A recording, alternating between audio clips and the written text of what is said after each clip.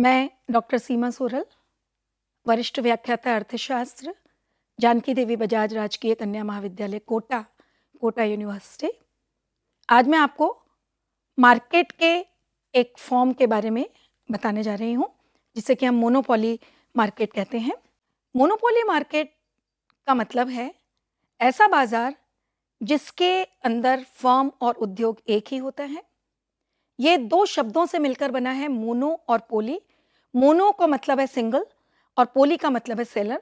जिस बाजार में सिर्फ एक ही विक्रेता और उत्पादक होता है।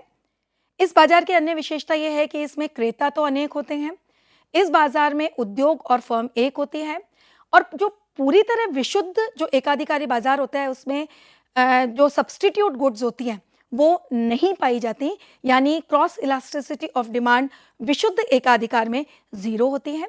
इसमें नई फर्म के मार्केट में प्रवेश पर कानूनी रूप से बाध्यता होती है, यानी कानून के द्वारा ऐसी बंधन ये वाली जो फर्म है वो लगा के रखती है जिससे नई फर्म उसमें आ नहीं सकती। वो प्राइस मेकर खुद होता है, लेकिन एक बात है कि या तो वो प्राइस डिसाइड कर सकता है या क्वांटिटी। एकाधिकारी होते हुए भी उसके लिए संभव नहीं होता कि वो कीमत और उत्पादन दोनों का निर्णय खुद ही कर पाए। या तो वो कीमत निर्धारित करता है और मांग के हिसाब से उत्पादन फिर निर्धारित करता है, या वो उत्पादन निर्धारित करता है और फिर मांग के आधार पर कीमत को निर्धारित करने के लिए छोड़ देता है। तो ये कुछ विशेषताएं हैं मोनोपोली मार्केट की।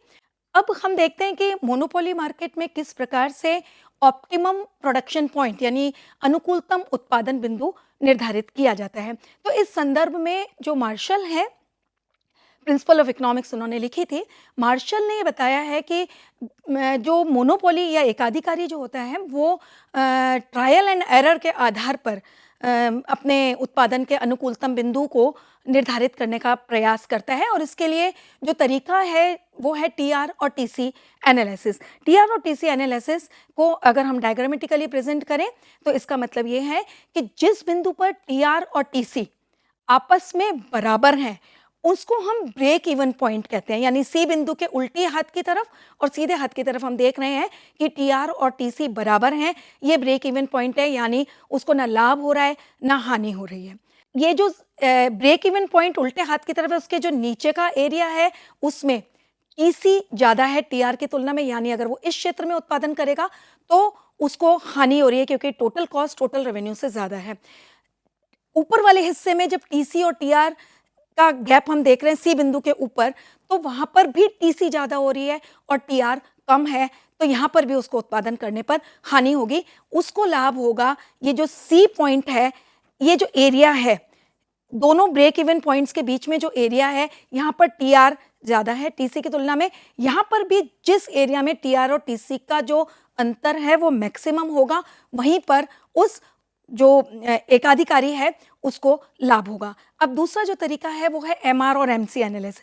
एमआर और एमसी एनालिसिस में हम देखते हैं कि जो परफेक्ट कॉम्पिटिटिव मार्केट में था उसमें एमआर इस प्रकार से क्षैतिज अक्ष के सामने पड़ी हुई रेखा के रूप में होती है, लेकिन जो मोनोपोली मार्केट होता है उसमें एमआर और एआर गिरती हुई होती हैं। यानी परफेक्ट कॉम्पिटिटिव मार्केट में तो हर अगली वस्तु को वो उसी कीमत पर बेच सकता है, लेकिन मोनोपोली मार्केट में या एकाधिकार में उसे ज्यादा इकाइयों को बेचने के लिए उसे प्रति इकाई कीमत हर बार कम करनी पड़ती है। इसलिए इनका जो एमआर और एआर जो कर्व है वो गिरती हुई रेखा के रूप में जिस प्रकार से इस रेखा चित्र में दिखाया गया है।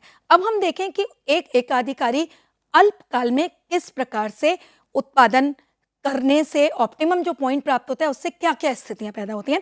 तो सबसे पहले आप ये देखिए यहाँ पर एमआर और एमसी मेथड के माध्यम से जहां पर एमसी कर्व एमआर कर्व को नीचे से काट रहा है उस बिंदु पर उत्पादन निर्धारित होता है। जैसे आप ये देखिए एमसी कर्व एमआर कर्व को नीचे से काट रहा है और ये नीचे हमारा उत्पादन निर्धारित हो रहा है।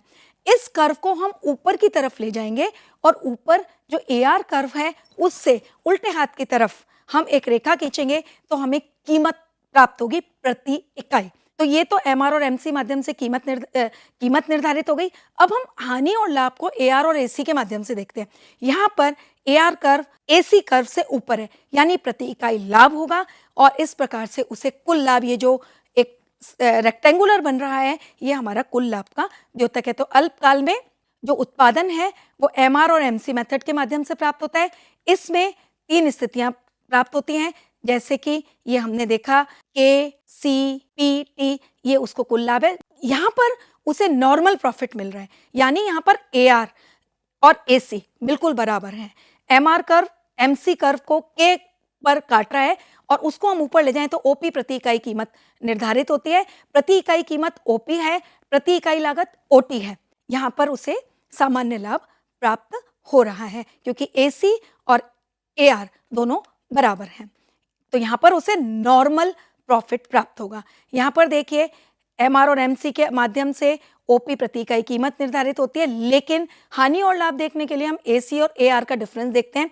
एसी कर्व ऊपर है, यानी एसी है एम के और एआर है टी के, तो एम टी मात्रा में एसी प्रति इकाई एआर से ज़्यादा है, तो उसे कुल हानि होगी जो कि एफ ई एम टी के बराबर होगी। लॉन्ग रन के अंदर सामान्यतः मोनोपोली मार्केट में एक उत्पादक को, एक एकाधिकारी उत्पादक को सुपर नॉर्मल प्रॉफिट प्राप्त होता है। तो ये लॉन्ग रन का इक्विलिब्रियम है जो ये बताता है कि उसे लॉन्ग रन में सामान्यतः सुपर नॉर्मल प्रॉफिट प्राप्त होता है। अगर हम पूर्ण प्रतियोगिता और एकाधिकार की तुलना करें तो एकाधिकार में जो है उत्पादन कम होता है लेकिन लाभ ज़्यादा होता है, लेकिन पूर्ण प्रतियोगिता में उत्पादन ज़्यादा होता है और लाभ कम होता है। अब एक टर्म और मोनोपोली मार्केट में आती है डिस्क्रिमिनेटिंग मोनोपोली, जिसे हम डंपिंग का नाम भी देते हैं, राशिपातन के नाम से जानते हैं। यानी इसका मतलब है जब एक एकाधिकारी बाजार एक ही वस्तु को अलग अलग बाजारों में अलग अलग कीमतों पर बेचता है तो उसे हम डंपिंग के माध्यम से जानते हैं। जहाँ पर इलास्टिसिटी मांग की लोच किसी वस्तु की ज़्यादा होती है वहाँ वो कीमत कम रखता है, और जहाँ मांग बेलोचदार या कम लोचदार होती है वहाँ पर वो उसकी कीमत को ज़्यादा रखता है। तो ये हमने देखा एक डंपिंग का उदाहरण है कि अलग अलग मार्केट में किस प्रकार से वो अपनी कीमत निर्धारित करके किस किस मार्केट में कितनी मात्रा वो बेचेगा। तो इस प्रकार हमने मोनोपोली मार्केट को देखा और इसमें जो विभिन्न स्थितियां मोनोपोली मार्केट की आती हैं उनको देखा। मोनोपोली मार्केट में कई प्रकार से सरकार को बंधन लगाने चाहिए, क्योंकि कई बार ये जनता का एक शोषण करने वाले एकाधिकारी बन जाते हैं।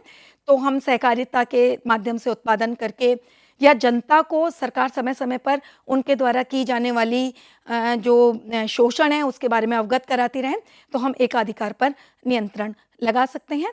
धन्यवाद।